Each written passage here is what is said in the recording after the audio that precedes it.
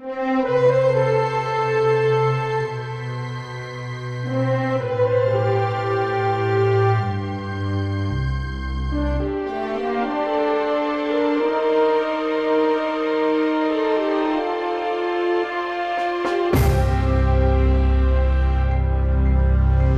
all the yachts that have sailed for the America's Cup, none have made a greater impression than the magnificent J-class of the 1930s.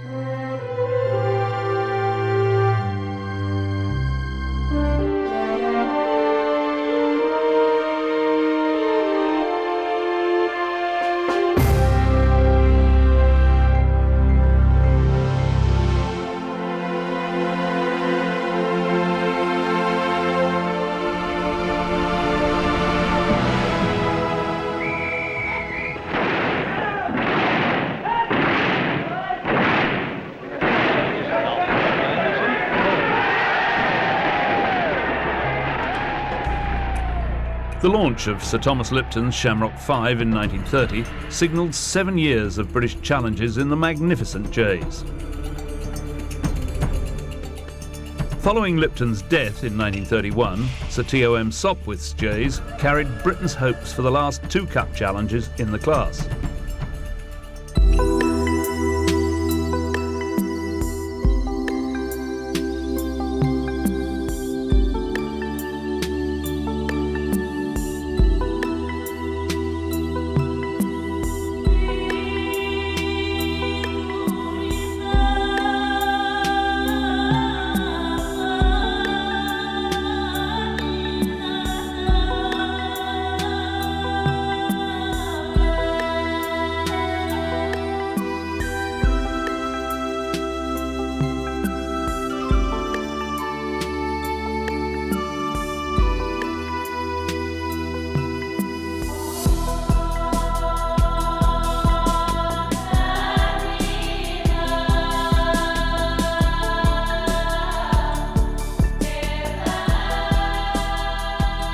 They were big, powerful yachts, over 120 feet long, with masts as tall as 15-storey buildings.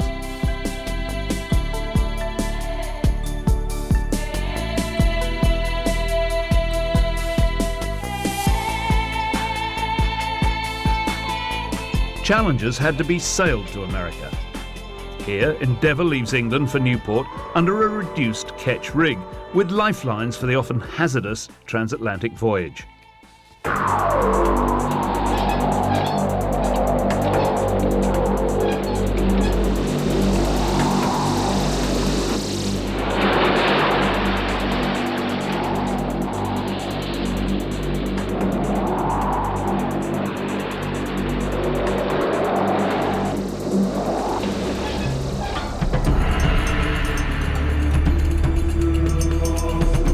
America's Cup racing left the congested waters of New York for Newport, Rhode Island in 1930. The legacy of sportsmanship and honour Sir Thomas Lipton left behind ensured the spirit and life of competition for the old mug, as he called the America's Cup, would be continued by many of the world's most amazing men. It's coming along fine. He's catching it well now, Sir Thomas.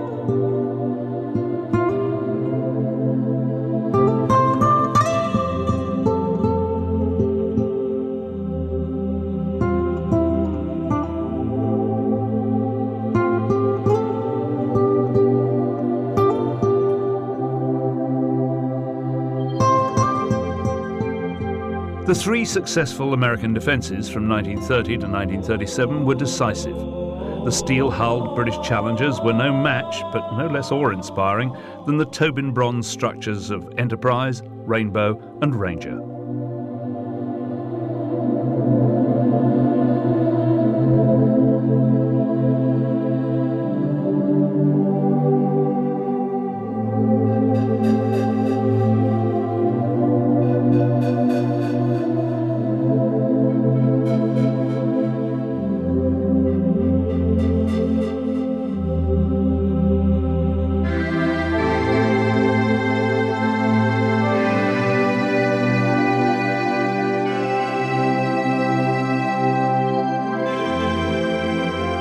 In 1934, the world watched with interest as the promise of Sopwith's endeavour narrowly failed to win the America's Cup from Rainbow.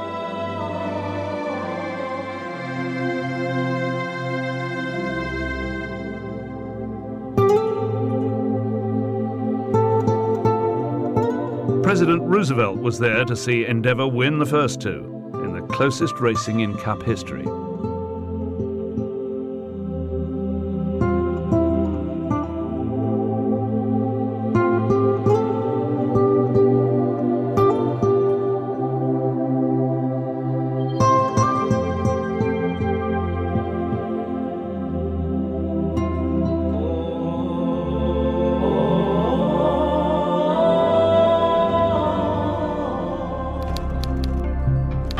Although some existing yachts in Britain were converted to sail the J-class rule, only 10 true Js were built in the 30s.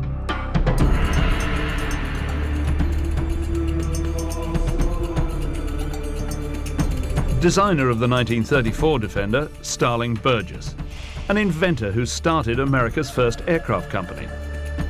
Paired with young designer Olin Stevens, they created the most sensational J-boat ever, the 1937 America's Cup Defender, Ranger.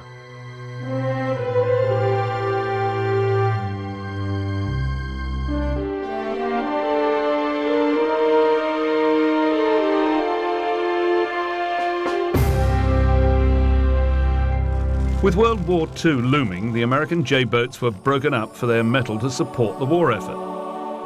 With renewed interest in these spectacular yachts, new and restored Js are again gracing and racing the waters of the world. At the Jubilee in 2001, the majesty and size of the J-boats overshadowed all other craft, including the cruise ships.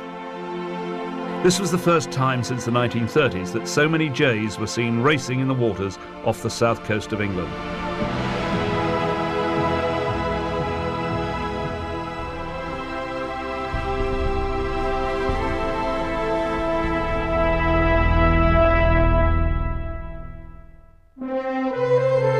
Vanderbilt wrote of the J-class, "As they have come out of the distance, so shall they go into the distance. The fair wind, their never weary white wings carry them on."